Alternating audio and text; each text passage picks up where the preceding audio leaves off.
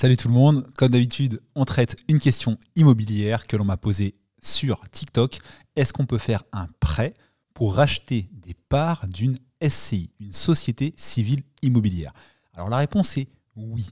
En effet, une SCI, c'est une société civile qu'on achète souvent pour administrer, gérer des biens immobiliers. Donc un appartement, une maison, un immeuble de rapport, parfois plusieurs au sein d'une même SCI. Ça fait partie d'une stratégie, soit une SCI par bien, soit une SCI pour plusieurs biens. Moi, je suis plutôt adepte de cette deuxième stratégie. Mais du coup, des fois, peut se poser la question pour les associés d'une SCI de non pas vendre le ou les biens immobiliers qui sont à l'intérieur de la SCI, mais de vendre la société, soit en totalité, soit une partie des parts, à deux nouveaux associés ou un nouvel associé entrant, etc. Et donc la question de mon internaute, c'était de savoir, est-ce qu'on peut financer ça par un crédit? La réponse est oui. Par contre, pas, si c'était ça la question, par un crédit immobilier sur une longue durée. Parce que là, effectivement, on rachète soit une société dans sa totalité, soit des parts. Donc on finance ça de plusieurs façons, par un crédit à la consommation, selon la durée, par un prêt personnel, etc. Mais par, en tout cas, des prêts qui sont sur des durées plus courtes qu'un crédit immobilier qui peut se faire sur 15, 20, voire 25 ans, même si en général, dans le cadre d'une SCI qui achète un bien immobilier, on a rarement des capacités d'emprunt sur 25 ans, c'est très souvent sur 15 ans, 20 ans maximum. Donc oui, on peut faire un emprunt pour acheter des parts de SCI, mais pas un emprunt immobilier au sens propre du terme.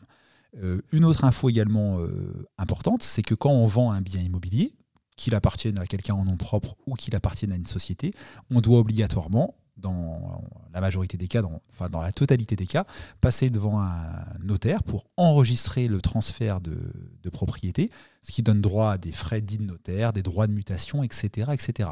Donc si une SCI veut vendre les ou le bien immobilier qu'elle possède, il va falloir passer devant un notaire et l'acquéreur va supporter entre 7 et 8% de frais.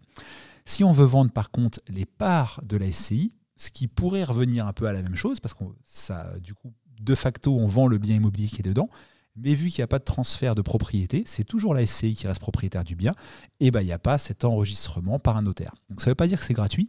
La cession de parts de SCI doit être publiée, donne droit à des frais qui sont de 5% du montant des parts cédées, mais qui ne nécessitent pas le formalisme d'un acte notarié. Donc on peut d'ailleurs se faire conseiller à ce sujet-là par un notaire, mais on peut également s'en passer. La démarche d'enregistrement peut être plus simple que celle de la vente d'un bien immobilier.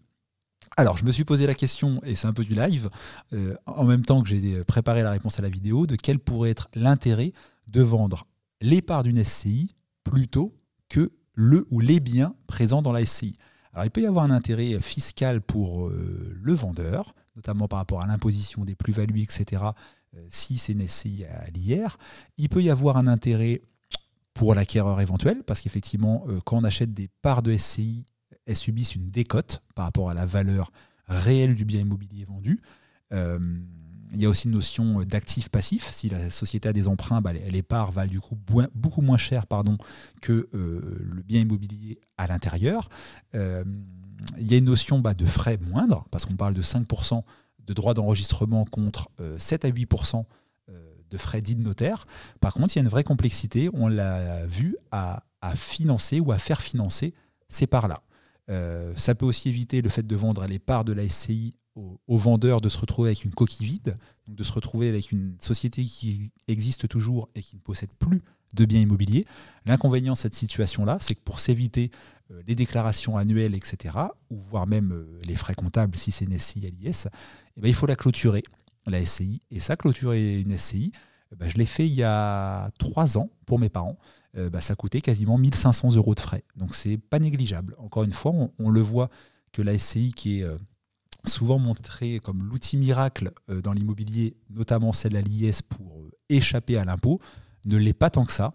Il ne faut pas oublier qu'il y a des frais de constitution pour une SCI, même si on la crée soi-même sans se passer des précieux conseils d'un professionnel tel un notaire ou un avocat, il va falloir l'enregistrer, publier une annonce légale, etc. Donc ça coûtera grand minimum 500 € de frais, et puis ça peut aller à 1500, 2000, 2500 si on se fait conseiller. Si on vient à déménager le siège social de la SCI parce qu'on l'avait par exemple domicilié dans sa résidence principale, on change de résidence principale, donc il faut bien déménager le siège social de la SCI. Ça, j'y ai été confronté à titre personnel en 2021.